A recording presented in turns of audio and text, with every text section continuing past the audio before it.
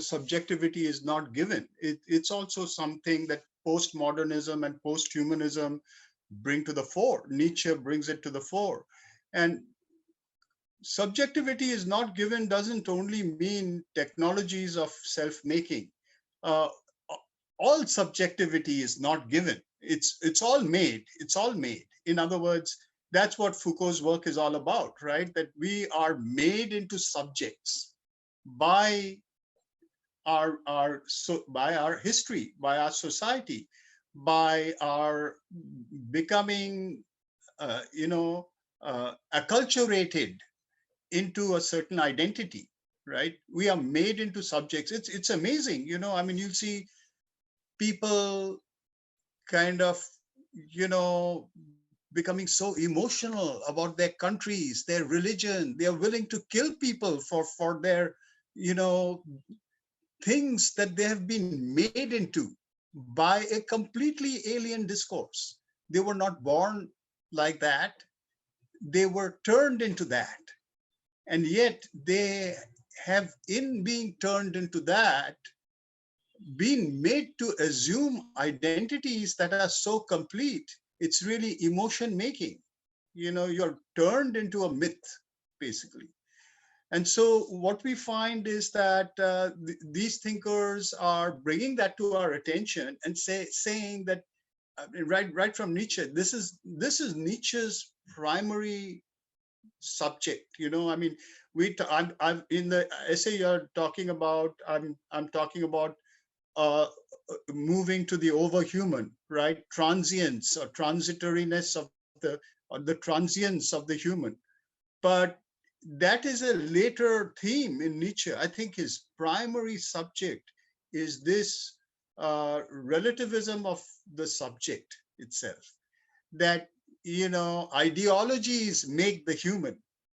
Ideologies make the subject, right? And how can we arise out of it and make ourselves into subjects, which is what he calls perspectivism. Perspectivism for Nietzsche means, instead of allowing us to be co-opted into some ideology unconsciously, how can I accept a goal of becoming and make myself a subject that is related to that goal of becoming other than what I am? How can I take some values which are aspirations to a kind of consciousness, again, that I'm not aware of, that I do not have? And how can I become that, right? So this is the whole idea that feeds into the notion of the transition to the overhuman. The overhuman is that we can, even mentally, even as philosophers, one can formulate goals of becoming that are not experienced by us, but that are ideal in certain ways. And we can actually try to become that. Can we become that? That becomes the whole idea of subject making towards a being that is not yet manifest. So I think that from that point of view, yes, that is an entire stream that fits right into posthumanism. You see, so this is also Foucault's main point. I'm not saying anything new. This is Foucault's central point.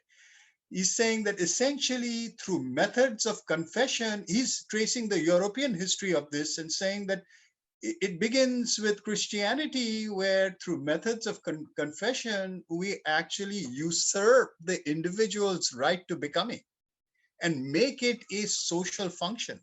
I will determine what is good for you or not, because you will confess to me what you did wrong, right? So instead of that, if we go one step back to, he's talking about even early Christianity, or he's talking about the Greeks, and we can do the same with yoga in the early period, with the pluralism of yoga, you have individuals and small groups of people who determine a certain goal, and the goal is plural, like that. Just as, when Dilip Roy came to Sri Aurobindo and said, I'd like to be your student and learn yoga from you. Sri Aurobindo's first question to him was, what are you looking for from yoga? And he was flabbergasted because he thought there's only one answer: people do yoga, to unite with the divine. So then he says, but what do you mean? So he says, is it peace? Is it power? Is it bliss? I mean, each of these is a goal of becoming, and no two people need to have the same goal of becoming. Today we can talk about an integral goal, but that's a purely modern thing. It's because we can confront all these, and it's because of this way by which modernity has tried to create a single world picture, that we can also try to internalize that view to make a personal goal of becoming that is integral. And even that is going to be different for everybody. Your integral, your definition of the integral, your view of the integral, your path to the integral at all doesn't need at all to be the same as mine. So are we going to find a perspectival vanishing point? That is the supermind. And that perspectival vanishing point is not a definable mental limit.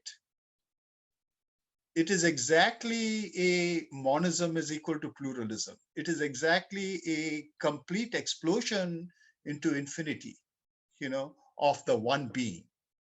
That's what makes it different from the human. And that's the whole idea about, that there are as many paths as there are opinions, or, the truth is one, but the sages speak about it differently. I mean, there's, I think, implicit at the very early point in Indian yoga, this idea that there is an infinity that cannot be named, but we have to begin in some way. And whatever we begin with, however we speak about it, is our individual approach to it. We may or may not hit that integral point, but we have a right to individual goals of becoming that are approaching differently. And that ethical dimension is actually that of wholeness, that the whole, however you define wholeness, right? Uh, Wholeness is really a being together, a being one, a knowledge of the whole. So, I mean, today, because we are forced into a world which is so interdependent, we have to think of ourselves not only as individuals, but as the whole. Individually, we have to think of ourselves as having goals of becoming that are in whatever way, uh, bringing us into contact with the whole. I spoke about the mind, and from the mind's point of view, because the mind creates a certain kind of space, a public space, a space of plural becoming. But at the same time, what guides our becoming is not the mind. What guides our becoming are intuitions. What guides our becoming are certain internal memories, even. I'm drawn to this goal, not because I think it's mentally a good thing, but because there's a resonance inside me.